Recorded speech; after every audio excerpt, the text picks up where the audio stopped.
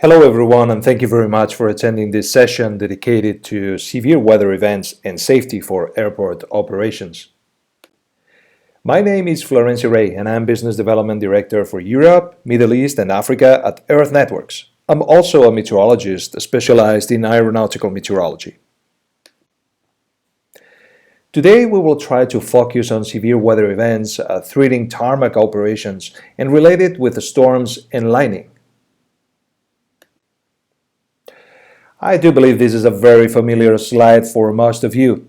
Fair weather triggers our industry to the top, facilitating trips, holidays, business travel, but also can be a nightmare for anyone operating flying machines in a safety environment. Not in vain, weather lies behind the 70% of the global aviation network delays, according to ICAO. And the busiest aviation facilities around the world are at least hit by a couple of these weather threats shown in the slide, if not all of them around the year. On top of that, and according to the World Meteorological Organization, WMO, severe weather events are on the rise all over the world, and they are behaving more and more severely due to the climate change process.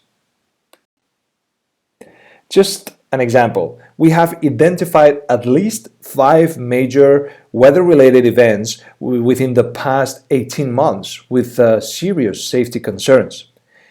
And this happened in an annus horribilis like COVID 2020 has been for our industry. So you can easily figure out these numbers will rise on a bracket's normal year. But I would like to focus in one of the least covered risks by the aviation community, which is lightning. That's our specialty at Earth Networks. We have performed dozens of safety audits in several countries and for several customers, and here are our main outcomes. A robust, real-time, early warning lightning detection system is key for modern facilities trying to deal with lightning and storm activities on the rise. Although there are no standardized rules for airfield operations under lightning activity globally, here is a good example provided by the National Transportation Safety Board in the United States on how to handle lightning warnings in real time. According to NTSB, there are 3 clear steps to take. First one, alert. When lightning is detected at a distance in excess of 8 kilometers from the airfield. Stop activities when lightning is detected at the 5 kilometers radius, and all clear, resuming activities when the storm system has moved 5 kilometers away. The use of critical safety radios, the waiting period, and the all clear concept is appropriate. This decision-making process relies on a solid lightning nowcasting service, easy to use and interpreted by the final users.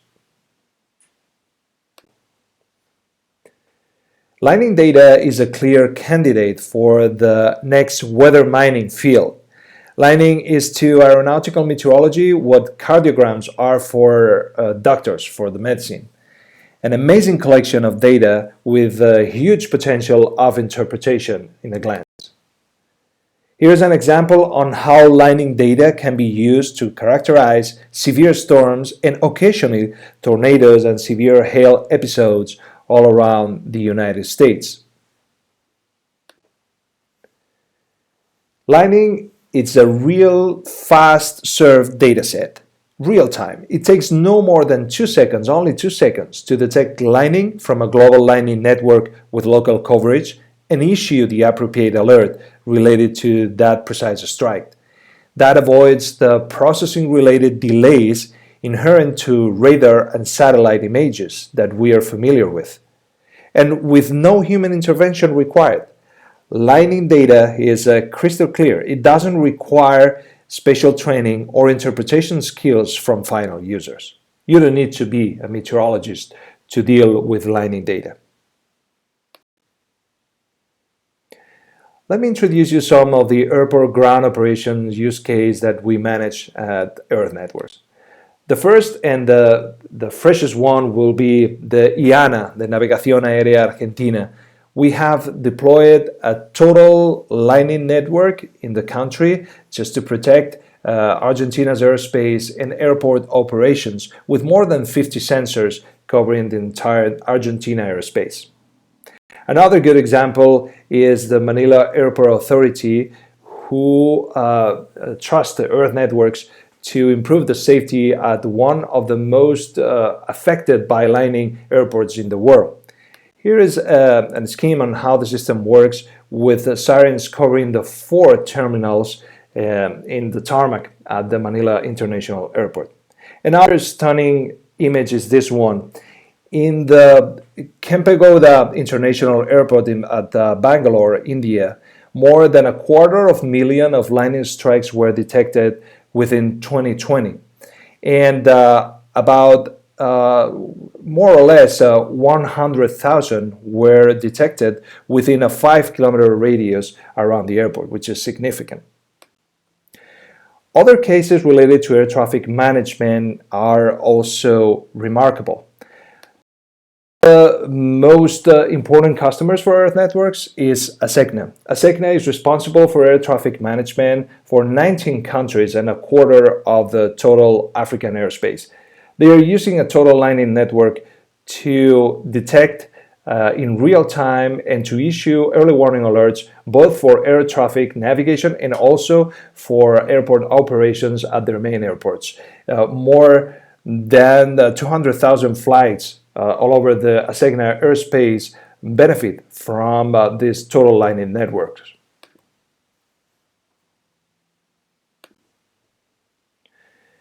And in the case of Europe, we've got a very significant case, which is the INAF, the Air Traffic Authority for Italy, which is benefiting from a very dense network in Italy, making part of the pan-European total lining network.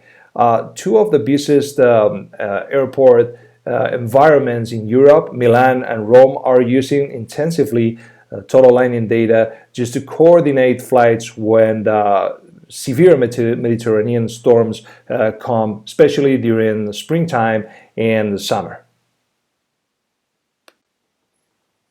Other activities like heliport operations can benefit also from getting access to a reliable lining data source like the SESCAM heliport operations in central Spain. With more than 250 helipads distributed all around the region and operating 24 hours a day in a very weather-severe environment, all the crews and on-field crews are protected thanks to the use of this total lining severe weather early warning system. But not only airport or air traffic management benefits from the use of this kind of total lining resources.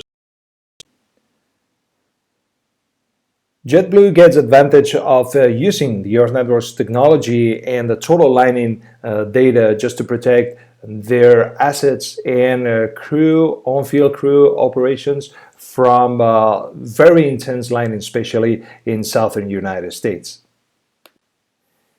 It is an example of the kind of information that they are using at the Jetblue main desk in order to make the right decision when a storm comes.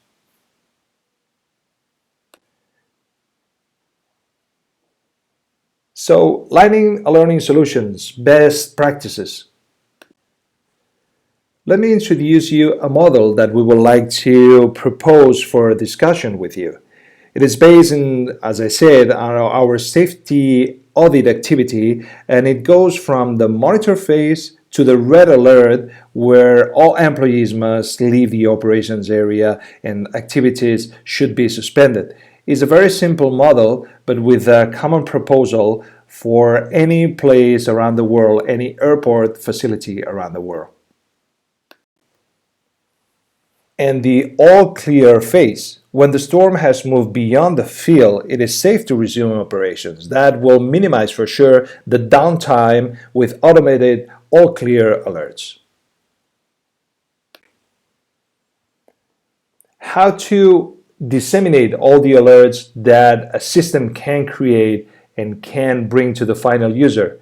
There are many ways to do it, using outdoor, indoor lightning alerting system, or just using your mobile phone. The technology is there, and data can be disseminated in very different ways. But let me tell you that the most effective for people working, crews working on field, on tarmac, is to use a combination of flashes, strobe lights, and horns, very powerful sirens, just announcing everyone that something about lightning is going on. So here is graphically the best practice scheme or model that we propose with all the elements that convey into this protection system. Real-time storm tracking system, dangerous thunderstorm alerts as an outcome of that system, that model, customized mobile alerts, automatic high decibel audible visual alerts. This is especially for our airfield operations. It's highly recommended, and good and very precise forecasting and daily weather outlooks that benefits from a continuous observation, lightning observation routines. And finally, let me summarize with these three takeaways from the presentation today. First one, weather is the biggest threat to airport operations, there's no doubt, and yet is highly predictable. Second takeaway, real-time advanced weather information is needed to assist human decision making. And all the tools and state-of-the-art techniques are available now. Better preparation plans and checklists should be created based on that available advanced weather data. Finally, let me introduce some of our customers and partners that made possible collecting all the intelligence, all the information and data that I have shown and I have shared here today with you. So, thank you very much for your attention today, and I wait for your kind comments and questions, if any. Thank you very much.